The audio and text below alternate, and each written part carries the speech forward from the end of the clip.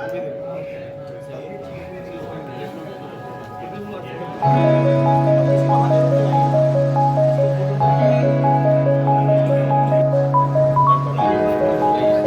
देखिएगा भैया, चलो इसके लिए वीडियो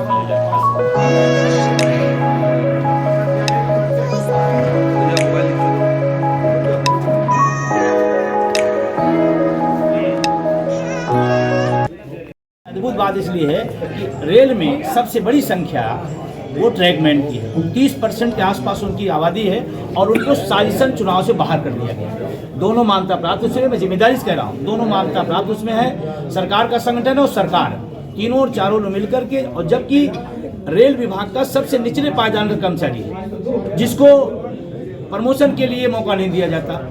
मतलब कितना बड़ा दुर्भाग्य। अगर योग्यता रखते हैं तो आप उसको प्रमोशन, आप विधायक बनते हो, चुनाव लड़के सांसद हो जाते हैं तो आप तो मौका ले लिए, सिपाही होता है दरोगा बन जाता है, तो ट्रैकमैन क्यों अपने आगे पदों में नहीं जा सकता? ये बड़ा सवाल पूरे देश के अंदर गूंज रहा है। और इसी को लेकर के ट्रैकमैन ने एक तय किया है कि हमारा पर्चा मान लीजिए साजिशन नहीं हो पाया तो हम उत्तरोत्तर रेलवे में पूरी ताकत के साथ ER मेंस कांग्रेस और NER रेलवे में वो कहाँ गया ऊपर मेरे हो रहे हैं। और जिसका चुनाव निशान एक का कुर्सी है, एक का शेर है। और मैं तो व्यक्तिगत रूप से, ये तो मेरी तरफ से अपील है, पूरे देश के कर्मचारियों, रेल कर्मचारियों कहना चाहता हूँ, दोनों मान्यता प्राप्त और सरकारी संगठन को छोड़ करके आप नौजवानों के साथ खड़े होइए अगर अपने भविष्य को बढ़ाना चाहते हैं। UPS रूपी जहर जो मान्यता प्राप्त सिखा रहे हैं उससे दूर आइए।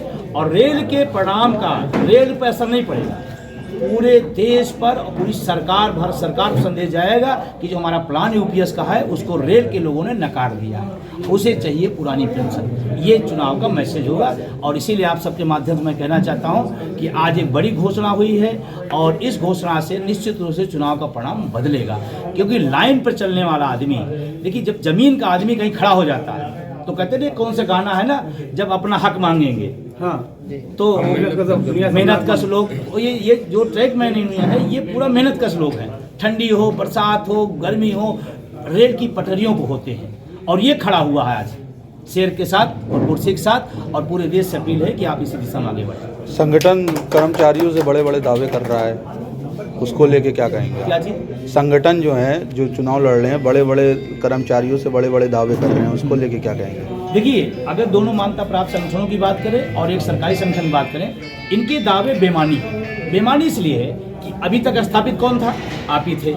जब से स्थापित हो तभी से रेल की कर्मचारियों की संख्या घट गई, सुविधाएं घट गए, भत्ते कट गए, कोरोना काल का DA आप नहीं दिला पाए, तो आप किस उपलब्धि की बात कर रहे हैं? तो हम तो कहते हैं आपके रहते हुए रेल के विभाग के लोगों का नुकसान हुआ, रेल का नुकसान हुआ, रेल का निजीकरण हुआ आपके रहते हुए। रेल का निजीकरण मतलब आम जो मजदूर किसान घर का बेटा नौकरी करता है उसको आपने बाहर कर दिया। और सिर्फ रेल कर्मचारियों को नुकसान नहीं है, आज जो बेचारे बुजुर्ग थे उनको छूट मिलती थी, खत्म हो गई, आप ही के रहते खत्म हुई। जो तमाम सारे ऐसे लोग थे उनकी तमाम सुविधाएं रेल में खत्म की गई है। और मजे की बात देखिए, जहां हम लखनऊ बैठे हुए हैं, जहां बैठे हुए हैं, यहीं से वो कौन ट्रेन चली थी पहली, तेजस प्राइवेट ट्रेन पहली बार लखनऊ से चली है। और लखनऊ के सरताज जो है वो कहते हैं हमने उपलब्धियां दी। कैसी उपलब्धि?